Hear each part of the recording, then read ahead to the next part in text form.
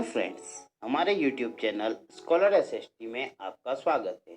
आज हम पढ़ेंगे class 9 chapter 1 the French revolution. यह इस वीडियो का पहला भाग है। यदि आप हमारे चैनल पर नए हैं तो वीडियो को लाइक व चैनल को सब्सक्राइब करना ना भूलें। आइए टॉपिक शुरू करते हैं। French revolution. जानते हैं रेवोल्यूशन या क्रांति का क्या अर्थ है। जब किसी देश या समाज में सामाजिक व्यवस्था को सिस्टम को चेंज करने के लिए सभी लोग एक साथ मिलकर संघर्ष करें तो वह रेवोल्यूशन या क्रांति कहलाती है। आइए जानते हैं फ्रेंच रेवोल्यूशन को। फ्रांस में क्रांति कैसे हुई। फ्रांस में 1774 में बुर्बन डायनेस्टी के लुईस 16 को फ्रांस का राजा बनाया गया। तब उसकी उम्र मात्र 20 साल थी। उसका विवाह ऑस्ट्रिया की राजकुमारी मैरी एंटोइनेट से हुआ था। वह अपने वर्साई के विशाल महल में बड़े शानो शौकत से रहता था, लेकिन दूसरी तरफ फ्रांस का युद्ध में शामिल होते रहने से फ्रांस का राजकोष खाली हो रहा था और फ्रांस पर कर्ज बढ़ रहा था। अपने कर्ज को चुकाने के लिए फ्रांस की सरकार ने अपने टैक्सेस को बढ़ा दिया। French society during 18th century. उस समय फ्रांस का समाज 3 वर्गों में बटा हुआ था। First state, second state, third state. First state church से संबंधित लोगों का था। सेकेंड स्टेट या नोबिलिटी में वे लोग शामिल थे जो फ्रेंच गवर्नमेंट के ऊंचे पदों पर काम करते थे।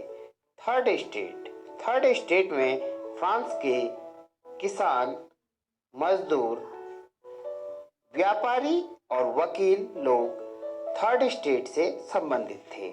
1774 में फ्रांस की पूरी आबादी का 90% लोग एग्रीकल्चर वर्क करते थे, लेकिन फ्रांस की कुल लैंड का 60% फर्स्ट स्टेट और सेकेंड स्टेट के लोगों के अधिकार में था।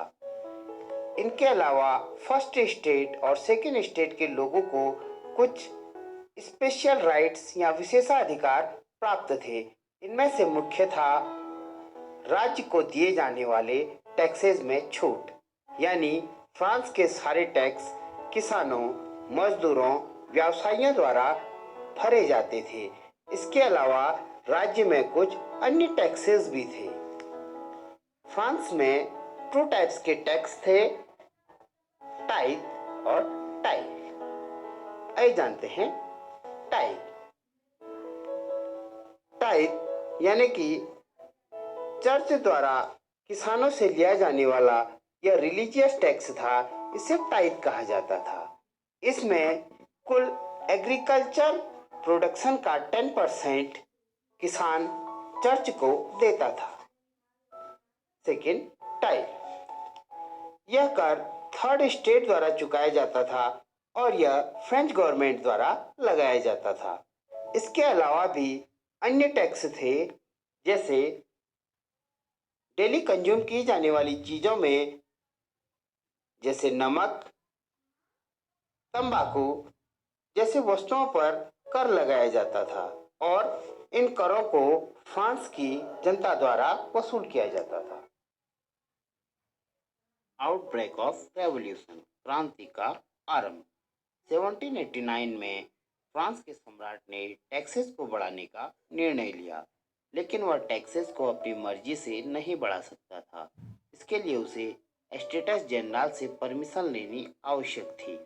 जानते हैं एस्टेटस जनरल क्या है। एस्टेटस जनरल फ्रांस के एक पॉलिटिकल इंस्टीट्यूशन था जिसमें तीनों स्टेटस अपने अपने रिप्रेजेंटेटिव भेजते थे। 5 मई 1789 में लुईस 16 ने एस्टेटस जनरल की एक बैठक बुलाई, जिसमें फर्स्ट स्टेट के 300 लोगों ने, सेकेंड स्टेट के 300 लोगों ने और थर्ड स्टेट के 600 लोगों ने हिस्सा लिया। थर्ड स्टेट के लोग वोटिंग रूल में बदलाव चाहते थे, जिसे सम्राट लुईस 16 ने बदलने से मना कर दिया। इसके बाद थर्ड स्टेट के 600 रिप्रेजेंटेटिव्स ने उस सभा का बाइकआउट कर दिया। 20 जून 1789 में थर्ड स्टेट के रिप्रेजेंटेटिव्स ने टेनिस कोर्ट में एक मीटिंग आयोजित की और उसमें डिक्लेरेशन की कि थर्ड स्टेट अब नेशनल असेंबली के नाम से जाना जाएगा। फ्रांस में हो रही इस पॉलिटिकल प्रॉब्लम के बाद वहाँ खाने पीने की राशन की कमी होने लगी, जिससे पूरे फ्रांस में रेवोल्यूशन की आग जलने लगी और पूरा फ्रांस उठ खड़ा हुआ। 14 जुलाई 1789 में फ्रांस की जनता ने बास्तिल फोर्ट पर आक्रमण कर दिया और उस फोर्ट को ढहा दिया। बास्तिल फोर्ट का कमांडर इसमें मारा गया। उधर दूसरी ओर फ्रांस के देहातों में किसानों ने सिकल, शवल, जो भी हथियार उनके पास थे, उनसे बड़े भूमि मालिकों पर आक्रमण कर दिया। बड़ी संख्या में भूस्वामी वहां से अपनी जमीन छोड़कर भाग गए। लुईस 16 को अपनी जनता की शक्ति का ज्ञान हो गया और उसने थर्ड स्टेट यानी नेशनल असेंबली को मान्यता दे दी और वह यह भी मानने के लिए बाध्य हुआ कि अब वह राजा तो होगा, लेकिन वह नेशनल असेंबली के अनुरूप कार्य करेगा। 4 अगस्त 1789 में नेशनल असेंबली ने पुराने टैक्स सिस्टम को समाप्त कर दिया और पादरी वर्ग यानी कि फर्स्ट स्टेट को मिले अधिकार वापस ले लिए गए और रिलीजियस टैक्स समाप्त कर दिया गया। जिन जमीनों पर चर्च का कब्जा था उन्हें भी वापस कर दिया गया। इस तरह फ्रांस एक कॉन्स्टिट्यूशनल मोनार्की बना। तो आज हमने जाना फ्रेंच रेवोल्यूशन के बारे में। वीडियो आपको कैसी लगी यह हमें कमेंट बॉक्स में ज़रूर बताइएगा। धन्यवाद।